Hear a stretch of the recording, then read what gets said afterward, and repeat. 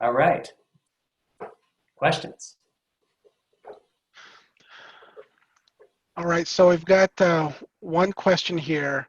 How much do we invest in marketing activities? Should we cut back advertising or marketing uh, that are non-digital, such as Valpak, Red Plum, and those types of things? Oh, discounting. Yeah, well, you'd have to evaluate how much of that was good for you to begin with. If you don't see a lot of action on there, it's good to cut back, not cut out. So choose the platforms that work best for you.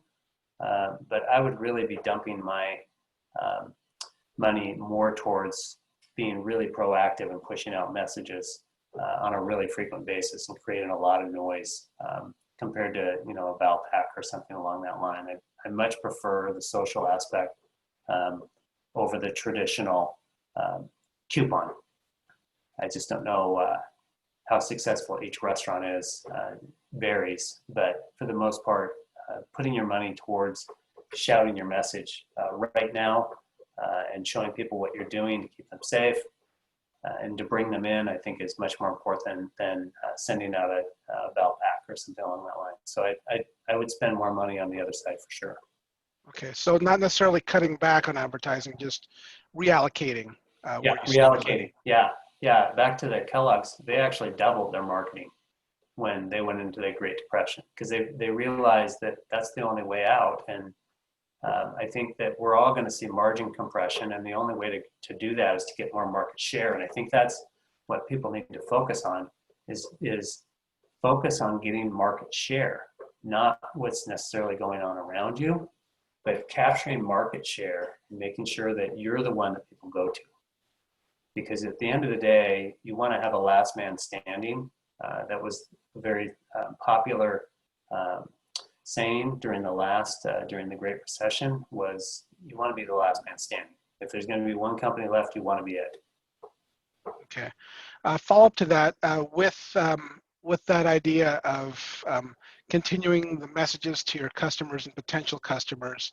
How viable is discounting now with the additional cost pressures that are in there? Should we focus more of our efforts on overall messages, contests, other incentives for customer engagement as opposed to 20% off, 10% off, buy one, get one off?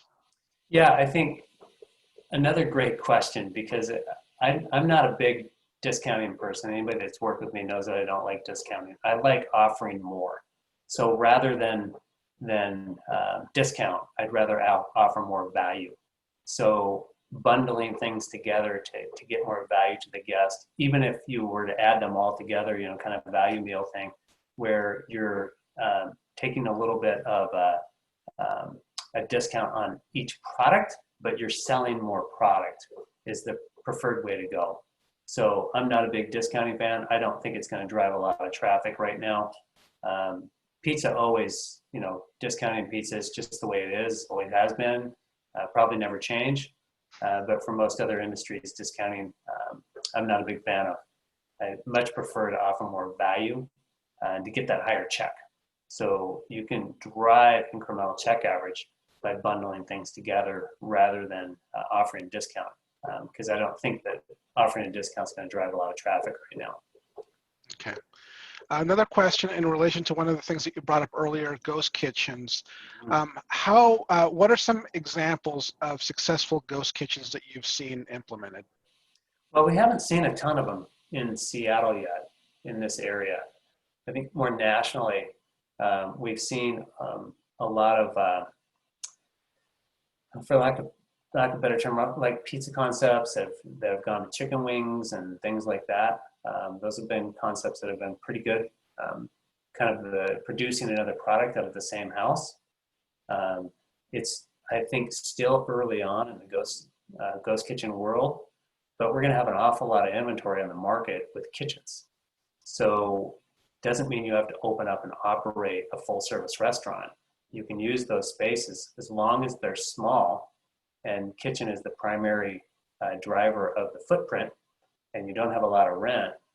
You can use those to launch, and it's really about getting penetration in the market and spreading your product in places that it couldn't ordinarily go. For example, if you're in one area of the city and your restaurant is in another area of the city, the guest is in one area and they can't get your product, having a ghost kitchen closer to them, provided that it's affordable and it's a small footprint. In some cases, you can even ship product into those locations for production. It can be very lucrative because you don't have the overhead of the entire staff. It works better if you've already got an infrastructure than trying to start from scratch. Although if you start from scratch, you don't have any infrastructure, you don't have any expense, nothing to cover. It's a good way to get in, a low cost, cheap way to get into the industry. And that's why you see, we see a lot of food trucks. So food trucks are just, they're just ghost kitchens on wheels. Yeah. All right. Those are all the questions I have. Any final thoughts, Rick? Well, I think we're in an incredible cycle of fear and opportunity.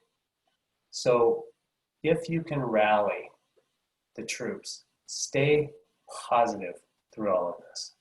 Leadership is about staying positive through these times because people need confidence.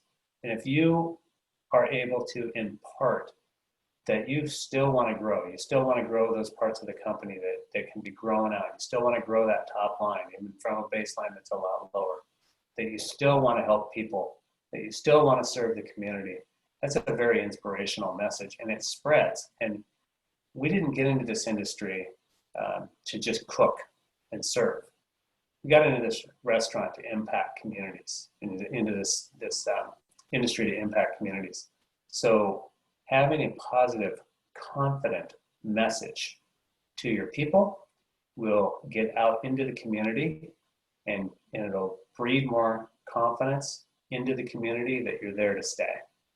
So be confident, be positive, stay the course, fight, and lastly, protect cash.